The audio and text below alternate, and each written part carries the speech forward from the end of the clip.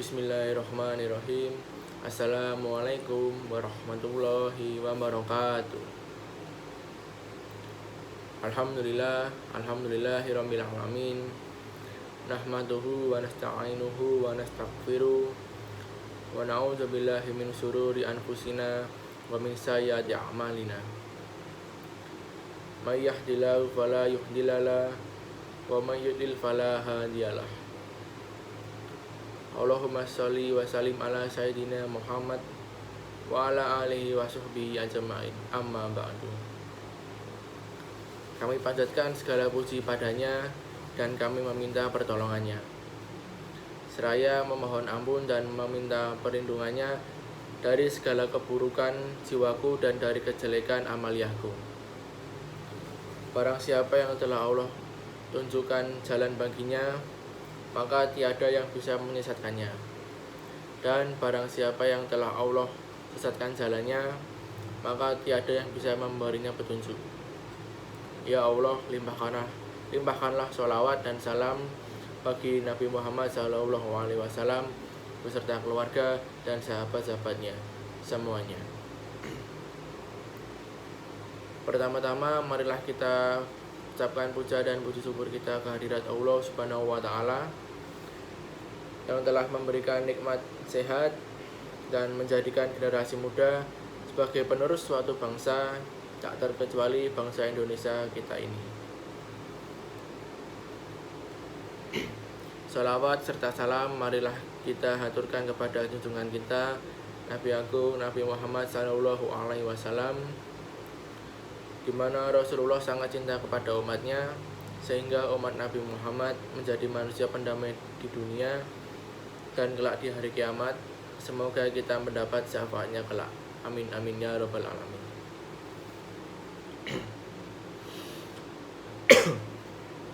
Pada ikhwan dan akhwat, mahasiswa dan mahasiswi, pada kesempatan kali ini saya akan menyampaikan tentang peran mahasiswa dalam dunia dakwah. Sesungguhnya hidup kita ini hanya sebentar. Mungkin waktunya sesuai prediksi Nabi Muhammad SAW, yaitu sekitar 60 hingga 70 tahun. Dan sedikit yang melampauinya itu. Dan hidup yang sebentar ini hanya berlangsung sekali dan sangat menentukan. Karena itu kita tidak boleh menyia-nyiakannya. Waktu yang paling menentukan yaitu masa-masa muda, sekitar usia 18 tahun hingga sebelum usia 30 tahun.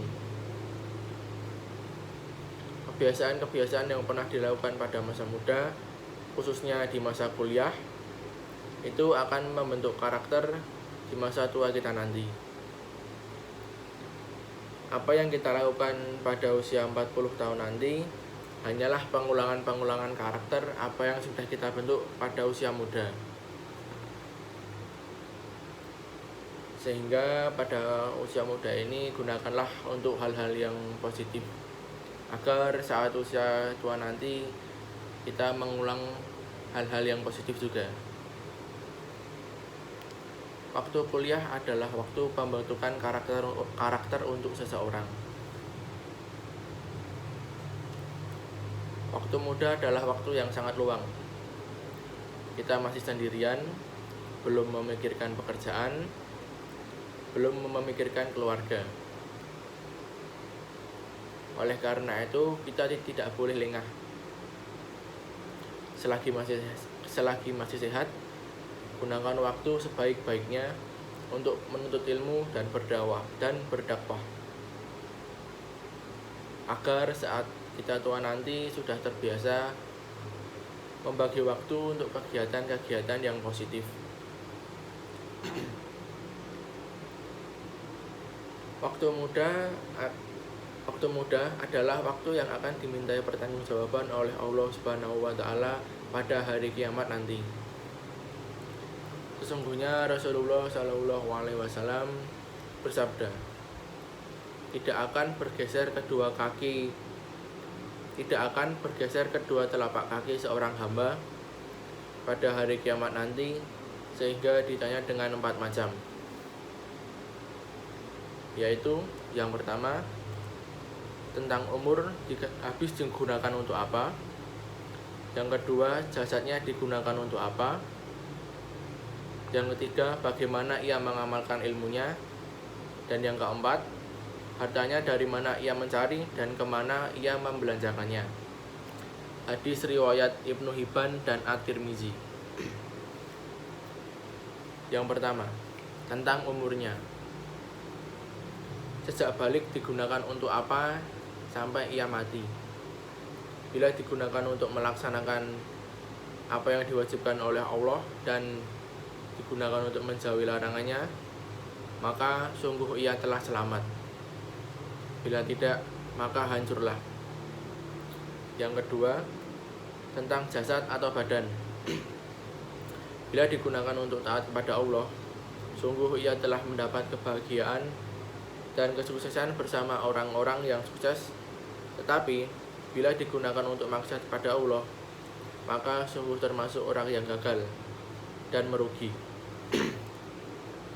Yang ketiga, tentang ilmunya. Apa yang diamalkan atau ditanya, apakah kamu perbuat belajar ilmu agama yang Allah telah wajibkan atasmu?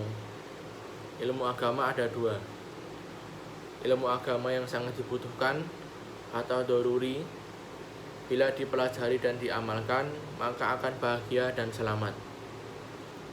Bila diremehkan dan tidak diamalkan, maka akan merugi, celaka, dan hancur.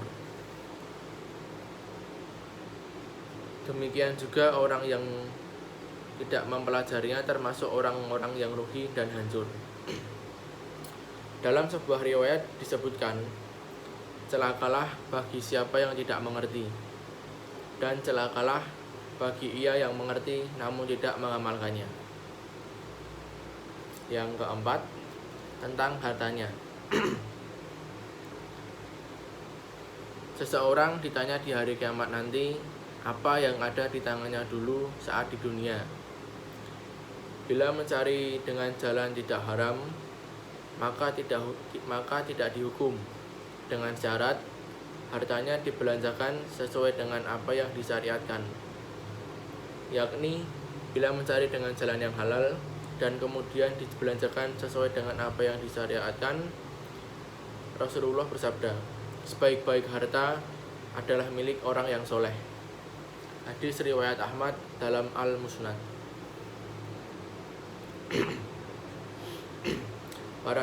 Para hadirin yang dirahmati Allah Subhanahu wa taala, bagaimana tips atau manajemen seorang mahasiswa ikut serta dalam masalah dakwah dan apa saja hal yang perlu diperhatikan? Ada 6 poin tips atau manajemen untuk mahasiswa dalam tips atau manajemen seorang mahasiswa ikut serta dalam bidang dakwah. Yang pertama dan yang paling penting, di dalam sekian peran aksi amal atau dakwah yang dilakukan, selalu memperhatikan masalah niat atau keikhlasan. Sebagaimana sabda Nabi Muhammad SAW, innamal a'malu binniyat. Sesungguhnya setiap amal itu tergantung pada niatnya. Jika kita mengikuti kajian atau menyelenggarakan kajian, niat kita untuk mencari pahala, jangan untuk pamer kepada teman, sahabat, atau bahkan pamer di media sosial. Yang kedua, selain masalah niat, yaitu semangat di dalam berdakwah. Yang berdakwah itu bukan hanya ustadz, yang berbicara di mimbar itu bukan hanya ustadz, kita semua bisa berdakwah. Dalam suatu riwayat, Nabi Muhammad SAW bersabda, jika seandainya engkau menjadi wasilah, mendapatkannya hidayah seorang satu saja, atas perantaramu, atas dakwahmu, atas pengajian yang engkau selenggarakan, maka lebih baik daripada unta merah Unta merah merupakan tunggangan yang paling mahal di zaman Nabi Muhammad SAW. Oleh karena itu, semangat di dalam berdakwah karena pahalanya yang sangat luar biasa.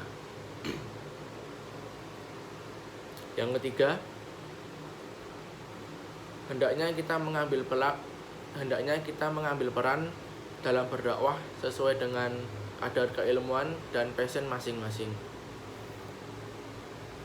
Ada yang pas menjadi ketua, ada yang pas menjadi bendahara, ada yang pas menjadi sekretaris, ada yang pas menjadi humas, dan ada yang antar jemput untuk penceramahnya.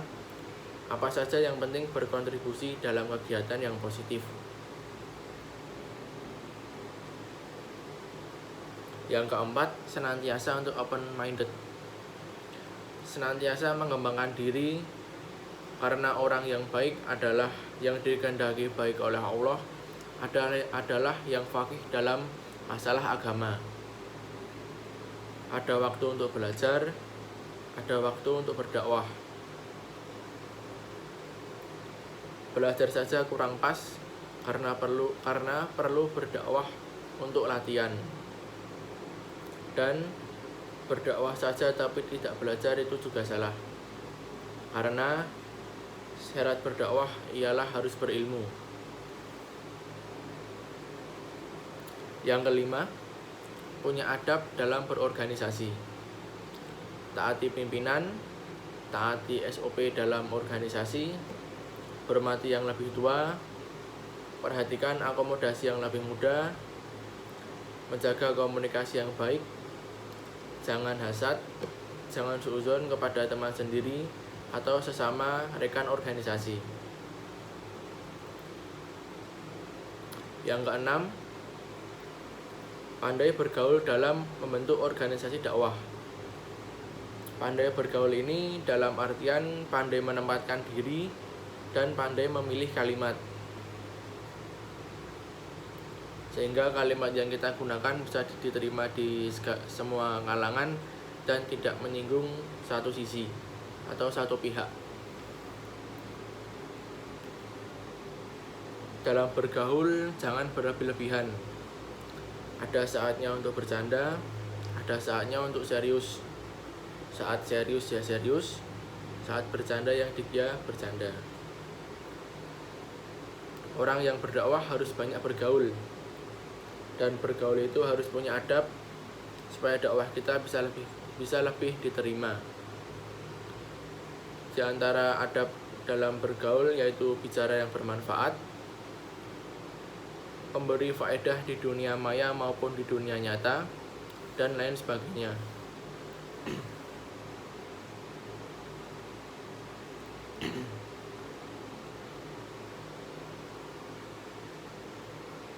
Semoga kita bisa menjadi mahasiswa yang lebih berperan aktif dalam dunia dakwah ini di era sekarang ini, sehingga kita bisa mengajak teman-teman atau orang lain untuk lebih belajar agama. Mungkin demikian yang dapat saya sampaikan. Semoga dapat bermanfaat bagi kita dan dapat kita ambil manfaatnya untuk kehidupan sehari-hari.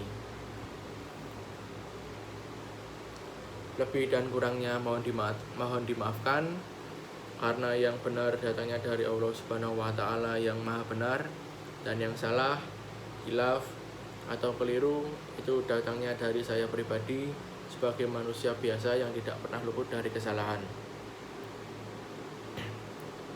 Akhirul kalam, wabillahi taufiq wal hidayah. Assalamualaikum warahmatullahi wabarakatuh.